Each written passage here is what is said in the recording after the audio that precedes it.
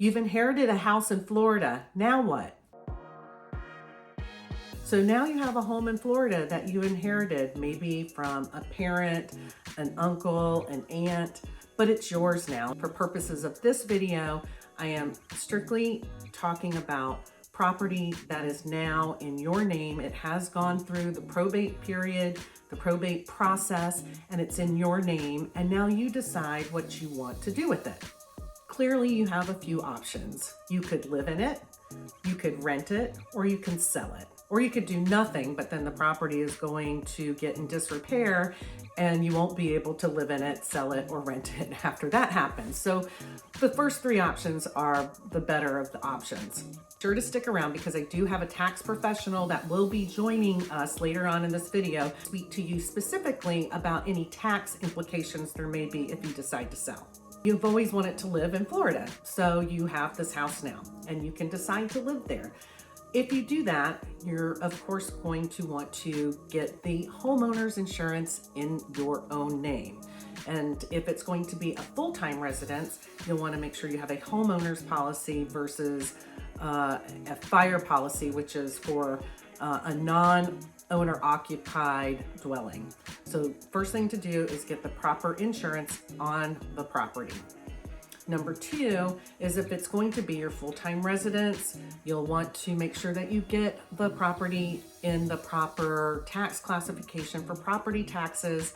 And you do that by going to your property appraiser's office, or you can do it online, but filing for what's called homestead exemption. Now, you must follow the rules. It must be your primary residence, and you need to prove that. You do need to prove that to the property appraiser's office, but that will save you on your property taxes. Of course, it's obvious you need to get the utilities put in your own name, and you want to make any arrangements with any homeowners associations as well to let them know that you are now the new occupant.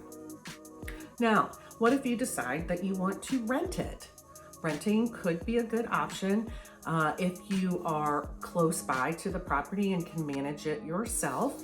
That could be a good option. If you do not live close by, you may want to think about hiring a property management company to manage the property for you and make sure that the upkeep is done properly, the yard is maintained, the property is maintained properly, the rent is collected. And you also want to talk to an insurance company because you will not be living there, a tenant would be living there, and so you want to make sure you have the appropriate homeowner's policy to cover the dwelling.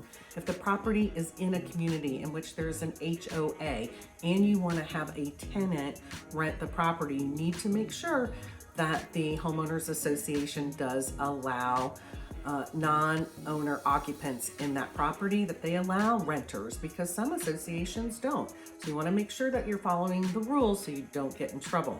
Okay, so now we're just going to get to the nitty-gritty of it.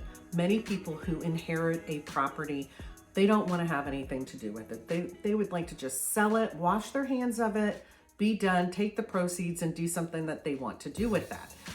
So how do you do that? What are the tax implications? What do you need to know before you just run off and sell the property? How do you sell the property? What if you're out of state?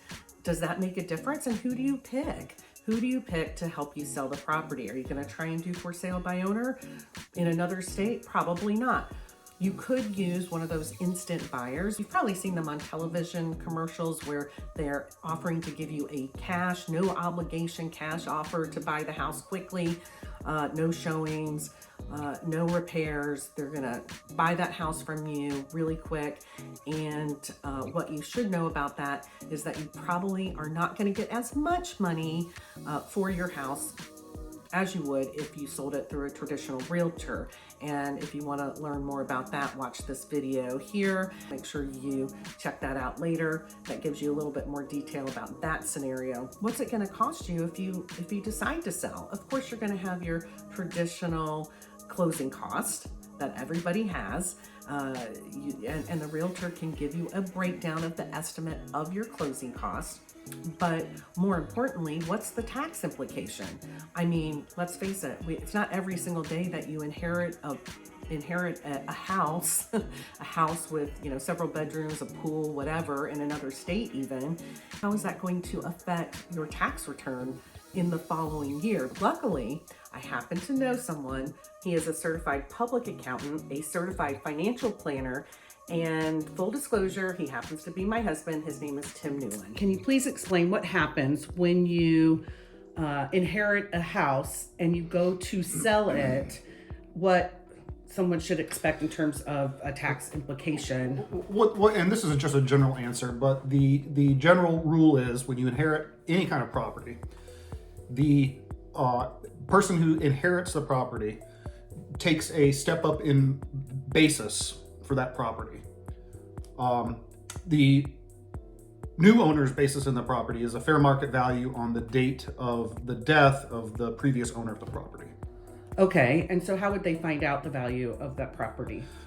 Ideally, the property would be appraised. There would be an appraisal on the property. Okay. But what we find a lot, what I find a lot during the course of my work is that people are, I just due to the nature of losing someone and having to take over the responsibility for the property, sometimes an appraisals don't get done. So there are a number of different ways you can try and establish a basis in that property. We use property tax records. We use real estate, comparable real estate sales, just like a realtor would use. There are a number of different ways that you can do that. What's important to do is that come up with a way that you feel comfortable getting a value or obtaining a value of the property, the fair market value, and document it and put it in your tax file or just keep a copy of it somewhere. Okay, so then are they gonna have to pay like really high taxes when they sell the property? So let's say that they inherit, mom's house, and the house is worth $250,000, and that's what they're going to sell it for. And on the day of death, it was on the day of death, it was still $250 because they're going to sell it right away. So are they going to have to pay a big tax on that $250,000? In that instance, exactly as you described it, there would be no tax due because there wouldn't be any capital gain. The basis, the inherited basis is $250,000, which is the fair market value on the date of death. And then the subsequent sale is $250,000. So there's essentially no gain. So, but if they kept it for a year and then decided to sell and the value increased by $50,000. If that's the case, again, as you described it, the inheritor's basis is $250,000. The property sells a year later after the death for $300,000. That capital gain is $50,000, and that's what you would pay tax on. Keep track of any repairs, upgrades, anything that they put, any money that they take out of pocket to put into the property. If they have to get a new roof or a new AC unit, that would factor in. You would add that to the basis. Is there a tax implication for renting out a property? When you rent out a property, you convert the property from a personal asset or a real asset to a business property. And that opens up all kinds of different questions. So you really want to get with a CPA. I would definitely recommend getting some help talking to someone about that, because you have to factor in depreciation and things like that aren't really very intuitive for people who aren't in the business, the real estate business, or tax business. Tax business, really. So that's definitely a time when you need to reach out and talk to someone. How can people reach you if they would like to? I'm located right here in San Antonio, Florida. If you need to reach me, pick up the phone and call. My number is 352-588-3844. And the name of your company is Newlon Services, PA. If you have an inherited property and you live in the Greater Tampa Bay area, I can personally come out and let you know what I think you might be able to get for it on the market today. If you live outside of the Greater Tampa area, even in another state, I have realtor friends all over the country that I'm happy to refer you to.